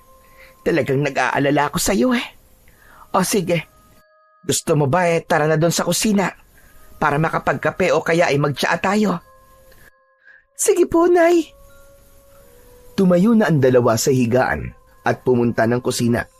Nagtimpla ito ng kape para sa kanilang dalawa. Habang magkaharap doon na nagkwento ang kanyang ina tungkol sa iba't ibang bagay na pwede nilang pagkwentuhan. Bigla namang dumating si Mang Damiano. Hinihingal ito at mukhang galing sa pagtakbo. O Damiano, saan ka ba galing at parang hinahabol ka ng 10 kabayo dyan? Nako, hindi kayo maniniwala. Alam niyo bang nagkakagulo ang mga tao dun sa bukid? Abay, bakit? May masama bang nangyari? May natagpo ang bangkay doon. Wakwak ang tiyan at puro kalmot ang katawan. Por Diyos por Santo, ano ba nangyayari dito sa baryo natin? Nakakatakot na. Puro kababalaghan na lamang ang mga nangyayari. Kaya nga At alam mo ba, aswang nga daw ang tumira. Ano? Aswang po? May aswang dito? Nagkatinginan ang mag-asawa. Medyo nag-alangan sila kung sasagutin ang nagtatanong na anak. Oo anak. Kasi masyadong brutal yung sinapit ng bangkay. Yun lang po ang basihan nila. Kasi tayo alam niyo po sa Maynila, may mga insidente din ganyan. Pero sabi, mga sindikato daw po yun na nangunguha ng mga lamang loob ng mga tao. Tapos, itinatapon na lang po yung mga bangkay. Posible na ganun din po yung nangyari doon. Tapos, itinapon lang po yung bangkay. Hindi anak eh. May nakita kasi yung mga tao na kakaibang nilalang na nakasabit sa puno. Ako mismo, nakita ko. Parang anino siya. Taong lobo o malaking aso. Basta, kakaibang itsura anak. Yung katawan kasi na nakasabit sa puno, tao na maitim at mabalahibo. Pero yung pugot na ulo niya, nagumulong sa ibaba, aso. Talaga? Oo, buti nga patay na eh. Saka alam niyo ba, mukhang pinahirapan pa. Buti nga sa kanya. Ibig sabihin, Tay, may pumapatay po sa aswang dito? Meron anak. Matunog ang pangalan ni Lakan sa baryo na to anak. Ano kanyo? Lakan? Parang narinig ko na po yan ah. Yan po ba yung parang superhero na pwedeng tawagin kapag nasa alanganing sitwasyon? Siya nga. Aba, sino naman nakapagkwento sa inyan anak? Bakit alam mo? May nakapagsabi lang po sa akin dun sa terminal. Tay, yung Lakan po ba na yun? Ano pong itsura niya? Wala pa namang makapagsabi anak kung ano ang itsura niya. Kasi yung mga biktima na natulungan niya ayaw magsalita. Pero sabi naman ng iba, maski raw nakita nila si Lakan, hindi naman daw nila nakikita ang kabuuan ng muka kasi natatakpan ng tela. Mata lang ang nakikita nila. Basta ang sabi lang nila, binata at may bitbit na sandatang espada o kampilan. Nanlaki ang mga mata ni Maria nang marinig ang sinabi ng kanyang ama. Bigla siyang kinabahan. Bumilis ang tibok ng kanyang puso. Tila ba may nagsasabi sa kanya na posibleng ang Lakan na binabanggit ng kanyang ama ay ang lalaki na napapanaginipan niya na tumulong sa kanya nang hinahabol siya ng maliit na halimaw. Anak, ano na't natulala ka na? Iniisip ko lang po kasi kung ano po ba yung kampilan, Nay, Tay. Nagsinungaling ang dalaga. Alam niya kung ano ang ibig sabihin ng kampilan. Ngunit gusto lang niyang banggitin ulit ito ng kanyang ama upang masabi niya kung kaparehas nga ba ito ng sandata ng lalaking nasa kanyang panaginip. Yung kampilan po, ano po ba yun? Ang kampilan anak ay isang uri ng sinaunang mahabang espada na karaniwang ginagamit ng mga mandirigmang Pilipino noong unang panahon. Kilala ito sa kakaibang hugis at mahabang talim na unti-unting lumalapad mula sa hawakan patungo sa dulo. Sa kasaysayan anak, ito ay katulad sa sandata ni Lapu-Lapu na ginamit niya laban kay Magellan. Ganun po ba? Sana magkaroon po ako ng pagkakataon na makita at makilala siya. Parang napaka-interesado ng kanyang kwento. Nako anak, hindi lang ikaw ang may gusto niyan. Maraming tao ang naghahangad na makilala ang binatang yon. Kaso mukhang mailap. Dumarating lang daw ito kapag may totoong panganib. Tapos kung tatawagin mo siya, darating siya pero maglalaho rin kagad na parang isang bula. Napayuko si Maria habang iniisip ang sinabi ng kanyang ina. Hindi man niya lubos maintindihan kung bakit tila kakaiba ang koneksyon niya sa mga panaginip at mga naririnig niyang kwento. Ramdam niyang may mahalagang papel ang binanggit nilang mandirigmang may hawak ng kampilan. Ilang sandali pa, habang patapos na sila sa kanilang usapan, ay bigla silang nakarinig ng nagsisigawan sa kanilang kapitbahay. Nagkakagulo ang mga tao at may narinig silang batang umiiyak. Ano ba nangyayari sa labas? Ewan ko, tignan natin. Agad na pumunta ang mag-asawa sa kabilang bahay. Hindi nila namalayan na nakasunod pala sa kanila si Maria. Nakasilip din siya sa kung ano ang nangyayari sa may bakuran ng kanilang katapat na bahay. Nakita niya ang isang bata na nakaupo sa isang kahoy na upuan. Nasa tabi nito ang isang matandang lalaki na nakatalikod. Napatakip sa kanyang bibig ang dalaga nang makita niyang namamaga at pulang-pula na ang binti ng batang sumisigaw ng dahil sa sakit. Diyos ko! Ano nangyari sa kanya? Bakit siya nagkaganyan? Agad na tinignan ng matanda ang kalagayan ng bata. Panay ang tanong nito at sa mga magulang nito. Saan ka ba kasi naglaro? Kung saan-saan ka siguro nagpupunta, no? Nabati ka ng diwende. Nasaktan mo sila, kaya gumanti sa'yo. Pero huwag kang mag-alala. Tutulungan ka ng lolo, ha? Akin na ang mga halamang gamot ko. Mabilis ngang ibinigay ng kasama nitong binata na kanya palang apo ang mga halamang gamot na nakababad sa maliit na palayok. Pinigayon na manggagamot at saka bumulong ng malakas na orasyon. Matapos yun, agad itong inilapit sa binti ng batang hindi pa rin humihinto sa pagpalahaw. Akin na ang pulantelang nilagyan natin ng sagradong dasal. Makakatulong yan upang kontrahin ng parusang ipinataw ng itim na diwende. Nang makuha ang tela mula sa apo, agad itong ibinalot ng matandang manggagamot sa binti ng bata. Ilang saglit lang, huminto na rin sa pag-iyak ang bata. Tila nabawasan ang sakit at kirot na kanina'y hindi nito makayanan. Agad na nagpasalamat ang ina sa matanda. Bakas sa mukha nito ang ginhawa at pag-asa, kasabay ng pasasalamat. Nagpalakpakan ng mga taong nakasaksi sa ginawang panggagamot, puno ng paghanga at pagkamangha sa galing nito. Hindi ka na muna dapat magsaya dahil may mga bagay ka pang dapat gawin para mapatigil mo ang parusang ibinigay ng itim na diwende. Puntahan mo ang lahat ng lugar kung saan ka naglaro. Hanapin mo kung nasaan ang may pulso. Doon ay mag-alay ka ng 3 hilaw na itlog, barya at pulang tela na nasa binti mo ngayon. Ilagay mo sa isang lagayan at humingi ka ng tawad sa nagawa mong panggambala sa kanila. Naiintindihan mo ba ako? Tumango naman ang bata.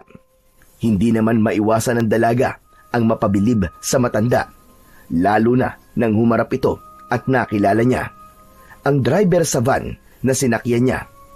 Ilang sandali pa, nawala ang ngiti niya nang makitang nakatitig sa kanya ang binatang kasama ng matanda. Parang pamilyar ang muka ng lalaki, pero hindi niya matandaan kung saan sila dating nagkita. Ilang saglit pa, nakita niyang bumulong ang binata sa kanyang lolo, tapos ay palapit na ito sa kanya. Bigla siyang napaatras nang maalala niya ang mga paalala ng kanyang ina.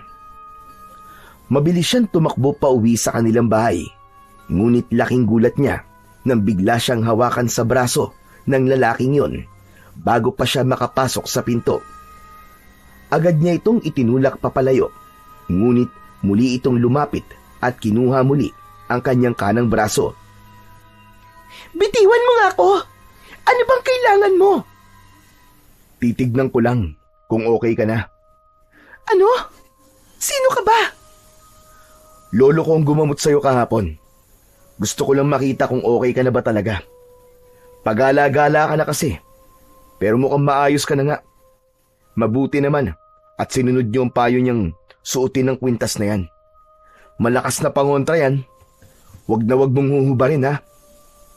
Ganun ba? Pasensya ka na, ha?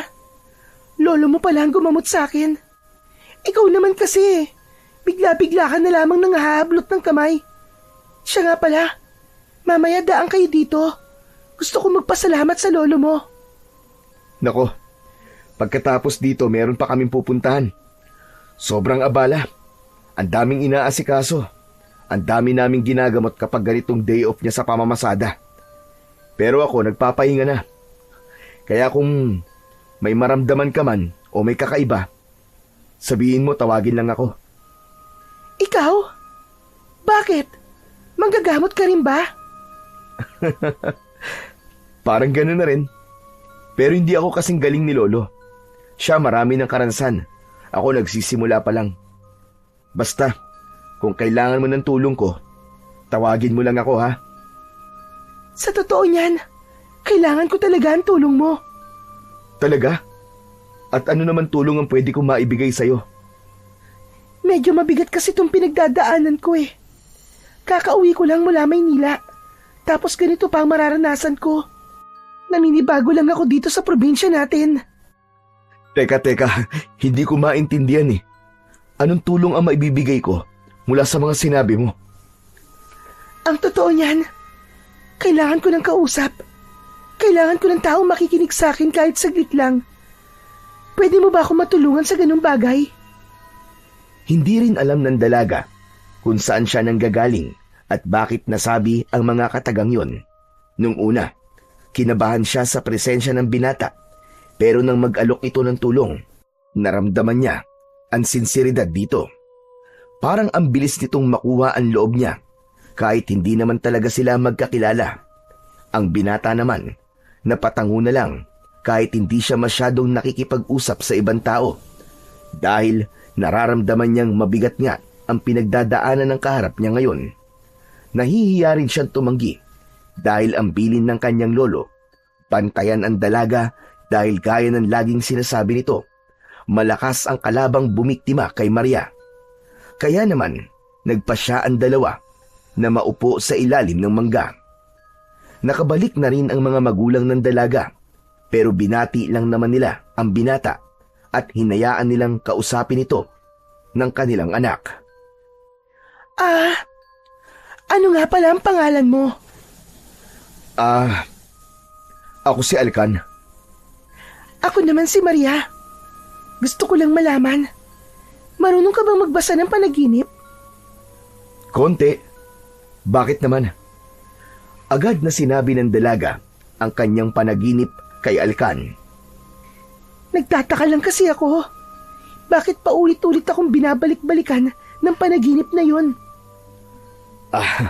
Sa palagay ko, isa yung premonition o pagpapakita ng mga maaaring mangyari sa inaharap. Ang nilalang na humahabol sa'yo ay nagre-representa sa isang panganib. Panganib?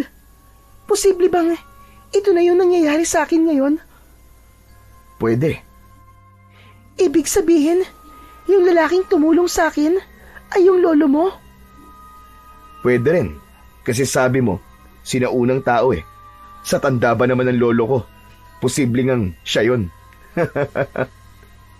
Ano ka ba? Seryoso ko. Ginagawa mo naman biro eh.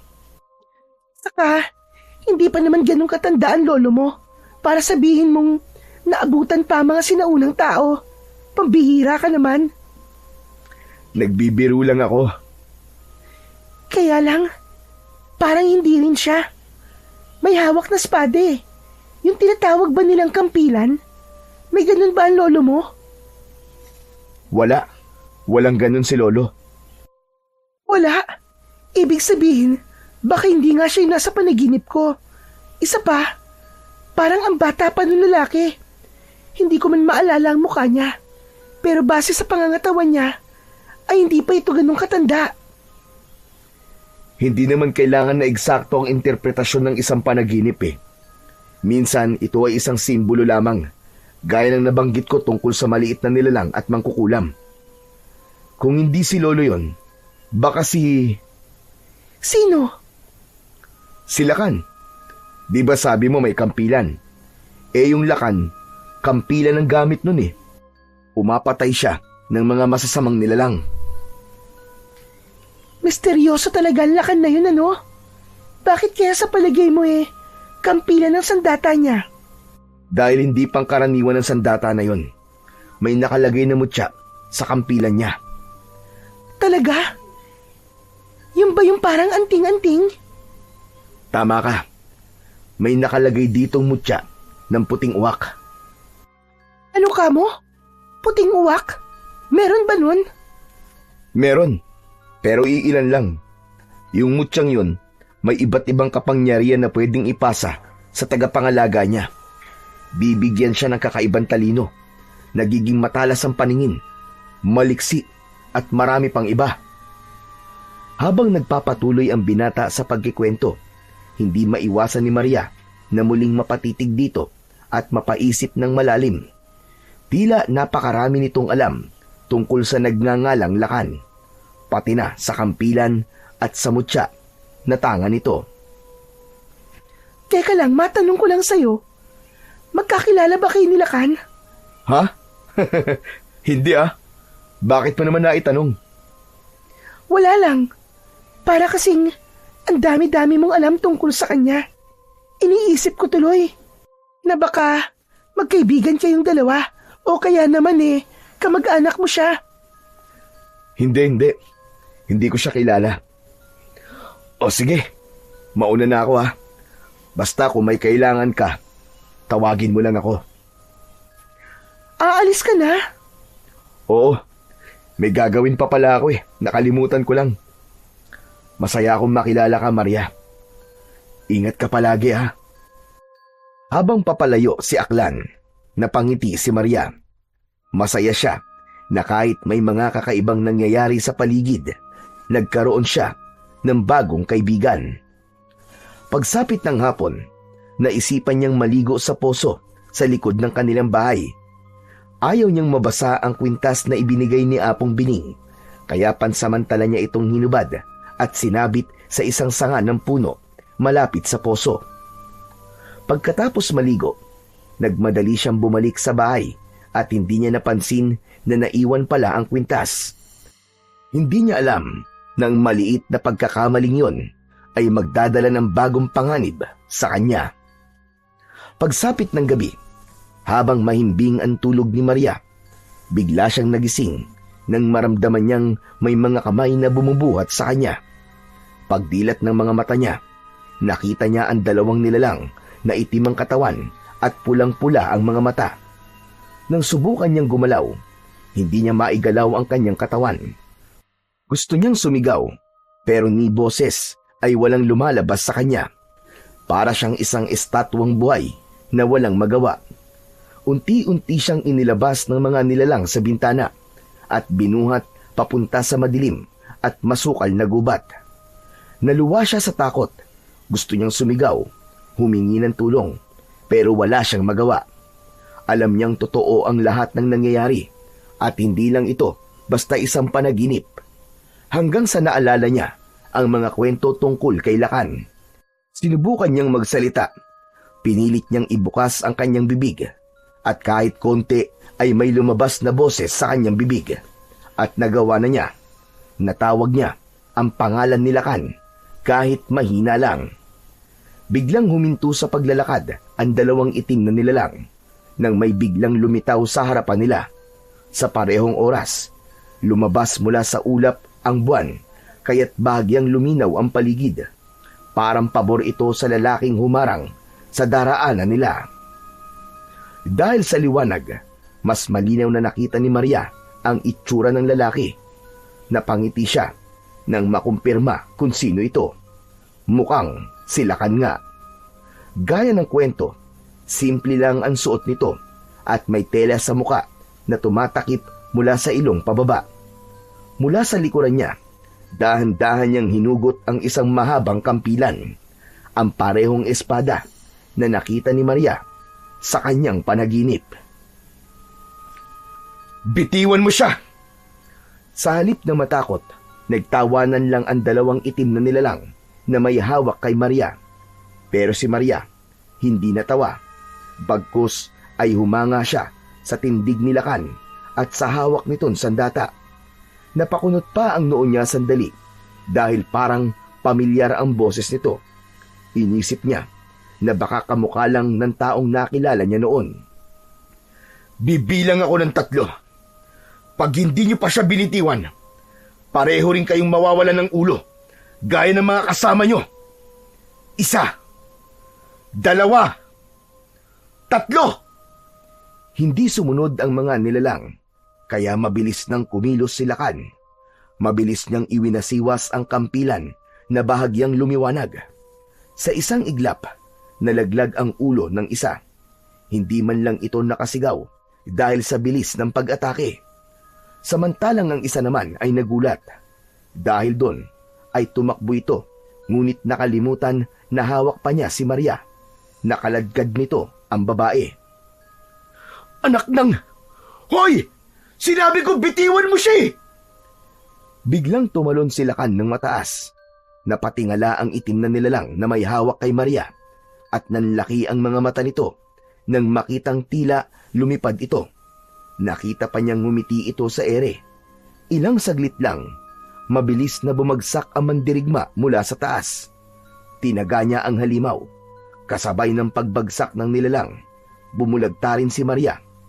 Sa pagkakataong ito, wala na siyang malay. Mabilis na lumapit si Lakan at sinuri ang leeg ng dalaga. Matigas din talaga ang ulo mo no? Sinabi nang wag mong huhubarin ng kwintas eh. Muling isinuksok ni Lakan ang kampilan sa lagayan sa kanyang likod. Pagkatapos, binuhat niya si Maria at naglakad papunta sa isang maliit na kubo malapit sa dalampasigan, pero malayo sa mga bahay. Madalas niya itong puntahan kapag gusto niyang mapag-isa. Dito rin niya itinatago ang kampilan at ang telang gamit niya bilang maskara. Maingat niyang inilapag si Maria sa banig na nakalatag sa sahig. Pagkatapos, naupo siya sa munting balkonahe at pinanood ang bilog at maliwanag na buwan. Napangiti siya habang naaalala kung paanong nagsimula ang lahat, kung paano siya naging silakan at nahanap ang sagradong kampilan na may mutya ng puting uwak. Bata pa lang siya, mga 8 taong gulang.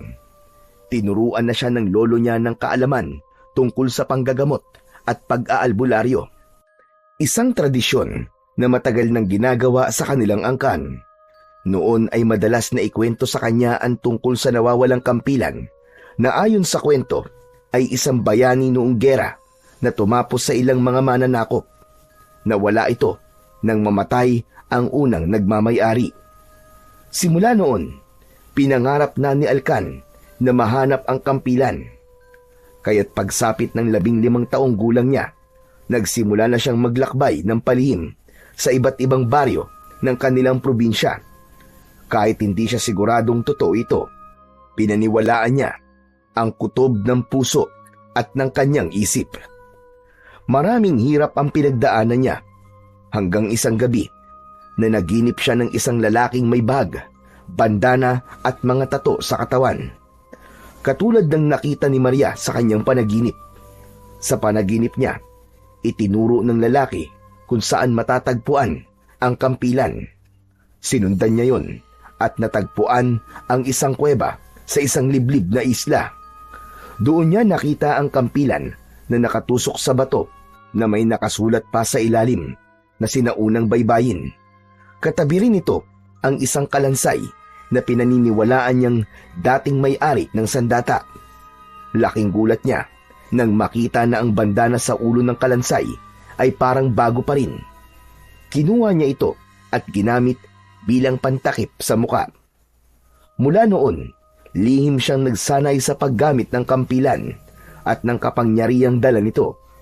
At nang tuluyan niya na itong mapag-aralan, nagsimula na siyang kumilos bilang misteryosong tagapagligtas ng mga tao na nasa panganib. Lakan? Paano nga ulit nila ako tinawag na Lakan? Teka. Napatango ang binata habang unti-unting naalala kung paano siya tinawag sa pangalang yun. Nagsimula ito nung minsang nailigtas niya ang isang pamilya sa isang malayong baryo. Labis ang pasasalamat ng mga tao roon, lalo na ang matatanda. Gusto siyang kausapin, alukin ng pagkain at iba pang bagay bilang kapalit ng kanyang kabutihan at kabayanihan. Pero tumanggi siya. Habang papalayo siya, tinawag siya ng isang matandang lalaki at sinabing, "Ikaw ay isang Lakan." Napalingon siya dito, kaya simula noon, ito na ang kanyang naging bansag. Ang Lakan ay tawag sa isang pinunong matapang, makatarungan at may malasakit sa kapwa, katulad sa mga dato noong unang panahon. Biglang napangiti si Alcan nang maisip na halos magkatunog din naman ang pangalan niya sa kanyang bansag. Maya-maya pa, napatingin siya sa dalaga nang bahagya itong napakislot. Dahan-dahan itong nagkamalay at marahang bumangon. "Ano? Kumusta ng pakiramdam mo?" Bago tumugon, sandali pang pinagmasdan ng dalaga ang binatang kaharap niya. Kahit natatakpan ang kalahati ng mukha nito ng tela, hindi niya maiwasang mapatitig. Nag-isip siya ng malalim hanggang sa napagtanto niyang kilala niya ito. Naalala niya kung paano ito magsalita, ang tono at ang tindig. Lalo pang lumakas ang kutob niya nang mapansin niyang pareho ang mga mata nila. Napakunot pa siya ng bahagya habang unti-unting kinukumpirma ang kanyang iniisip. Tahimik lang ang binata at tila naaalangan sa paraan ng pagtitig ng dalaga. Bahagya siyang yumuko at itinago ang kanyang muka. Ikaw ba si Lakan? Oo, tama ka. Ako nga. Napatitig si Maria at doon na siya napangiti. Sigurado na siya. Salamat. Salamat sa pagliligtas mo sa akin, Alkan. Nang marinig ang sinadyang pagkakamaling bigkas ng pangalan, sandaling napatitig si Lakan sa dalaga at doon alam niyang hindi na niya maitatago rito ang tunay na pagkatao niya. Sa unang pagkakataon, sa harap ng isang estranghero, ay inalis niya ang telang nakatakip sa kalahati ng kanyang muka. Matapos yun, muli niyang ibinalik ang tingin sa dagat. Paano mong nalaman? Dahil yun ang talent ko. Madali kong makabisa ang tao. Madali akong makatanda ng boses, ng tindig, at saka ng kilos. Agad na lumapit ang dalaga kay Alkan at tinabihan ito. Tinignan din niya ang dagat na kanina pa pinagmamasdan ng binata. Ang ganda-ganda dito. Sa'yo ba tong kubo na to? Oo, sa akin to. Madalas ka sigurong tumambay dito, no? Ang swerte mo naman. Ang sirap tumira dito. Payapa. Walang gulo. Walang maiingay na kapitbahay. At walang malupit na mangkukulam. Swerte sa lugar, oo. Pero may ginagampanan akong tungkulin eh. Hindi pwedeng magpakampante. Hawak ko ang sagradong kampilan. Kaya kapag may nangangailangan, kailangan kong tulungan yun. Lalo na yung mga taga sa atin sa Santa Monica. Sa bagay, pero walang halong biro ah. Salamat talaga. Iniligtas mo ko sa mga nilalang na yun. Naku, kung hindi ka dumating, baka kung ano nang ginawa nila sa akin. Buti at narinig mo ko, maski pabulong ko lang na nasabi ang pangalan mo. Kapag may tumatawag sa akin, ang mutya sa kampilan na nagbibigay ng hudyat at nagtuturo kung nasaan ang taong dapat natulungan. Ang galing naman. Ang gandang kapangyarihan. Maraming salamat ulit ha. Walang anuman yun. Lahat gagawin ko para sa'yo. Parehas silang nagulat nang sabihin ito ni Alkan. Nung una ay nag-iwasan sila ng tingin. Tila kapwa naiilang sa tensyong bumalot sa pagitan nila. Ngunit ilang sandali lang ay napangiti si Maria at unti-unti ring napawi ang kaba sa muka ni Alkan. Tahimik ang paligid. Tanging ang huni lamang ng kuliglig at banayad na hampas ng alon sa dalampasigan ang kanilang naririnig. Nakatitig ang binata sa napakagandang muka ni Maria. Dahan-dahang lumapit ang muka niya dito. Parehong tila nakalimot sa tensyon at panganib na nangyari. Unti-unting nagkalapit ang kanilang labi. Marahang dumampi ang isang matamis na halik. Ngunit biglang natigilan ang binata nang makitang may mga nakatingin sa kanila mula sa likod ng mga puno ng nyog. Ang dami nila. Ha? Anong madami? Sino? Huwag ka magpapahalata. May mga kalaban sa likod mo. Nakamasid sa atin. Ano mga yun? Nakikita mo ba sila? Oo, pero huwag kang mag-alala. Kasama mo ko. Sisiguraduhin kong ligtas ka. Ngayon makinig ka. Kapag sinabi kong tumakbo ka na. Ano? Akala ko ba? Basta magtiwala ka lang sa akin. Tumakbo ka papunta sa kanlurang direksyon. Pero kinakabahan ako, Alkan. Ano bang mangyayari? Mula kasi nang mabiktima ka ng hayop na mangkukulam na yon, ang katawan mo ay parang naging bukas na pinto. Kaya marami nagkaka-interes sa'yo na makuha ka. Iba't ibang nilalang, Maria. Hindi sana mangyayari to kung di mo inalis ang suot mong kwintas na ibinigay ni Lolo. Naligo kasi ako eh. Nag-alala ako na baka masira yon kaya inalis ko. Nakalimutan kong suotin ulit. Pasensya na. Kalimutan mo na yun. Hayaan mo na. O sige, handa ka na ba? Pagbilang ko ng 3, tumakbo ka na ha. 1, 2, takbo! Walang alinlangang sumunod ang dalaga sa utos ng binata. Tumakbo ito ng mabilis pa kanluran, ngunit hindi niya natiisan sarili. Nilingon niya ang binata at doon ay nakita niya ang mga sinasabing kalaban na nakaabang sa kanya. Katulad ito ng mga halimaw na humahabol sa kanya sa kanyang panaginip. Ang kaibahan nga lang, hindi lang ito isa. Madami sila, mga maliliit na nilalang na halos kasinlaki lang ng mga sanggol. Nakita niyang hindi nagsayang ng oras si Lakan. Agad nitong inayos ang tela, ngunit imbis na sa muka, tinali niya yon sa kanyang ulo na parang bandana. Nang matapos ay hinugot na nito ang kampilan sa kanyang likod. Kitang-kita ng dalaga ang liwanag na biglang sumabog sa lugar na kinatatayuan ng binata. Nang humupa ang liwanag, nakita niya nang nagliliwanag ang mga mata ni Alkan. Natigilan si Maria. Ang tagpong yun, ang itsura ng binata ay parang replika ng anyo ng lalaki sa kanyang panaginip. At ang panaginip niya, isang ang premonisyon, literal na magkakatotoo. Dadaan muna kayo sa ibabaw ng aking bangkay bago niyo makuha si Maria. Mabilis na sinalubong ng binata ang mga nilalang. Gamit ang talim ng kanyang kampilan at kapangyarihang dala ng mutya, isa-isa niyang tinalo ang mga ito.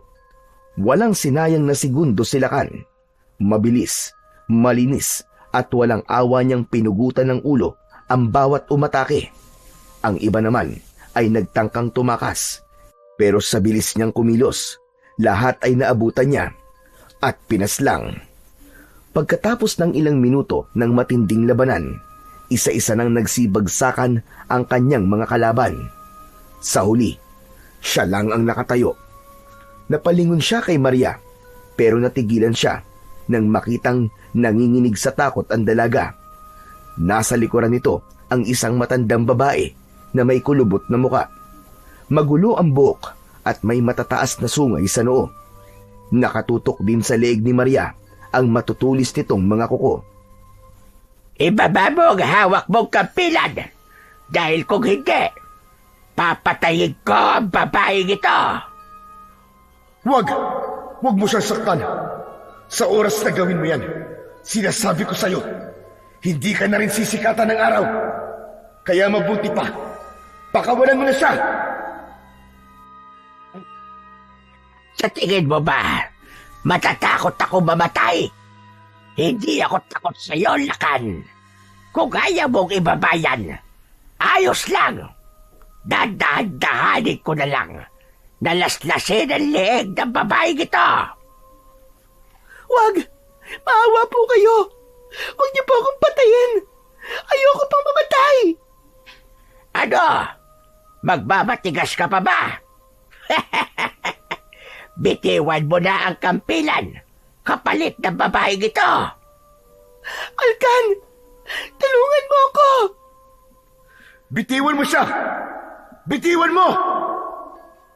Ngunit hindi siya pinakinggan ng matandang mangkukulam. Napahawak siya ng maigpit sa kanyang kampilan. Nataranta siya nang makitang dahan-dahan nang ibinabaon ng matandang mangkukulam ang kanyang mga kuko sa leeg ng dalaga. Sa unang pagkakataon ay nakaramdam ng takot si Alcan. Pero nilabanan niya ang takot. Hindi siya nagpalinlang sa pananakot ng mangkukulam. Pursigido siyang iligtas ang dalaga nang di isinusuko ang kanyang kapangyarihan. Kaya naman, gamit ang kapangyarihan ng mutya, tumalon siya ng napakataas at mabilis papalapit sa kinatatayuan ng dalawa. Mabilis ang naging pangyayari. Ilang segundo lang ay naabot na niya ang dalawa. Sa pagkabigla ng mangkukulam, gamit ang lakas na taglay ng kanyang mahikang itim, nabuhat niya ang dalaga at naihagis sa dagat. Hindi marunong lumangoy si Maria. Maria! Ngayon, mamili ka. Ano ang uunahin mo? Ang patayin ako o iligtas ang babaeng yon? Hindi tumugon si Lakan. Bagkus ay mabilis niyang iwinasiwas ang kanyang espada. Ang matandang mangkukulam ay nabigla at hindi inaasahan ang gagawin yon ng binata. Ang mangkukulam na kanina'y panayang halakhak, biglang natigilan at tumingin ng diretso sa binata. Wala sa bokabularyo kong mamili, tanda.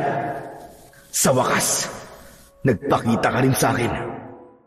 Masaya akong napuksa na kita. Nambig kasi nito ni Lakan, marahang lumitaw ang isang guhit sa leeg ng matandang mangkukulam. Unti-unting tumulo ang dugo nito at sa isang iglap, nalaglag ang ulo nito sa buhangin. Hindi na siya nagsayang pa ng oras. Agad siyang tumalon sa dagat at mabilis na lumangoy upang habulin ang lumulubog na si Maria. Gamit ang matatalas na paningin at pandinig na dulot ng kapangyarihan ng mutya, agad niyang natukoy ang kinaroroonan ng dalaga. Halos hindi na siya makahinga nang sa wakas ay maabot niya ang kamay ni Maria. Mabilis siyang lumangoy pa itaas, hawak-hawak ito. Ilang sandali pa'y tuluyan niya nang naiangat ito sa ibabaw ng tubig. Pagkalabas ng kanilang mga ulo sa dagat, humigop siya ng hangin.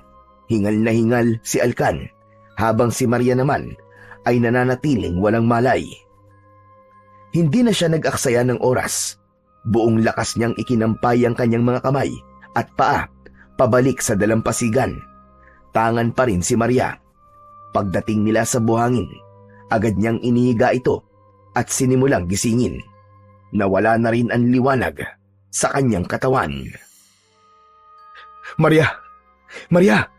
Maria, gumising ka! Hindi ka pwedeng mamatay, Maria! Hindi mo ako pwedeng iwan! Mabilis na yumuko si Lakan sa dalaga. Dahan-dahan niyang pinisil ang ilong nito at ibinuka ang bibig upang bigyan ng hangin.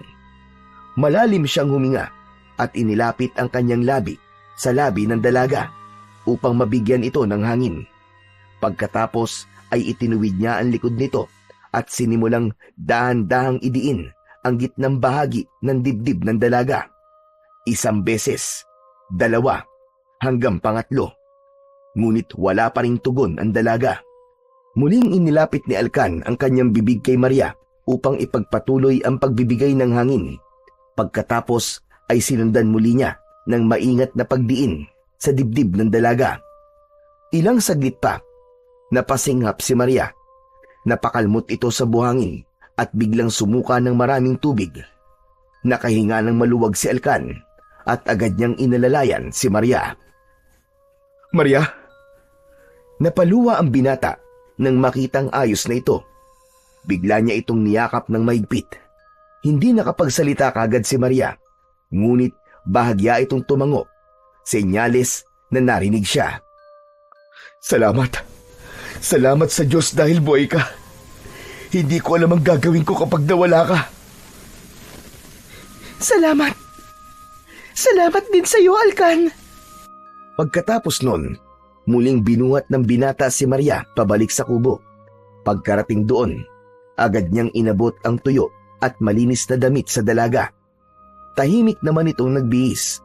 Doon na rin sila nagpahinga habang naghihintay sa pagsikat ng araw. Pagsapit ng umaga, unang pinuntahan ni Alcan si Apong Bining upang ipaalam ang nangyari.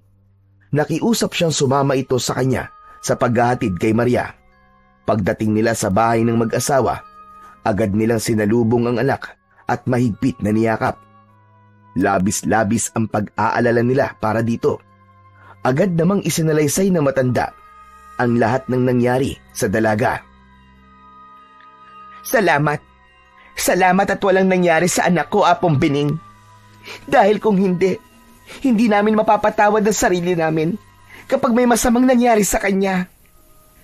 Huwag kayo sa amin magpasalamat. Doon sa bayani, kay Lakan, dahil siya nagligtas kay Maria. Tama po kayo. Ang swerte ho talaga ng barangay natin dahil nagkaroon tayo ng bayaning tulad ni Lakan. Maraming salamat sa kanya. Napatingin si Apong Bining sa kanyang apo at kay Maria at napangiti ito. Ang mabuti pa, ipasuot nyo na lang ulit sa inyong anak ang kwintas na ibinigay ko sa kanya para hindi na siya maging lapitin ng mga masasamang nilalang ng dilim. Iya, huwag nang matigas ang ulo mo ha. Huwag mo nang aalisin ulit yan hanggat hindi ka nakakapangasawa. Po, anong kinalaman po nung sa pag-aasawa ko? Iya, saka lang tuluyang maisasara ang pintong binuksan ng mangkukulam kapag naikasal ka na. Ang basbas ng sakramento ng kasal ang siyang magpapatigil sa lahat ng kababalagan.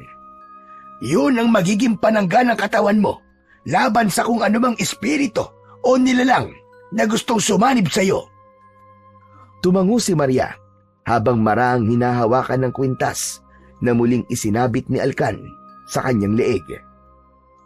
Makalipas ang 1 taon, sa isang simpleng kapilya sa gitna ng baryo ng Santa Monica, nagtipon-tipon ng mga tao para saksihan ang pag-iisang dibdib ni Alcan at ni Maria. Habang pumapasok si Maria, suot ang puting bestida, nagtagpo ang mga mata nila ni Alcan. Wala silang ibang nararamdaman ng mga sandaling yun, kundi katahimikan at katiyakan na sa kabila ng lahat ng panganib at kababalagan, matatapos na ang sumpang dulot ng mangkukulam kay Maria. Sa harap ng dambana, binigkas na ng pari ang sagradong dasal at tuluyan na ngang naselyuhan ng langit ang kanyang katawan na ngayoy para na lang sa kanyang asawa na si Alcan. Kasabay ng kanilang masayang buhay bilang mag-asawa, naging mapayapa na rin kahit papano ang baryo.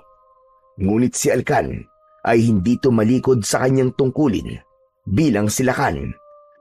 Nanatili siyang tagapagligtas ng mga taong nangangailangan at handang supilin ang lahat ng kampon ng kadiliman.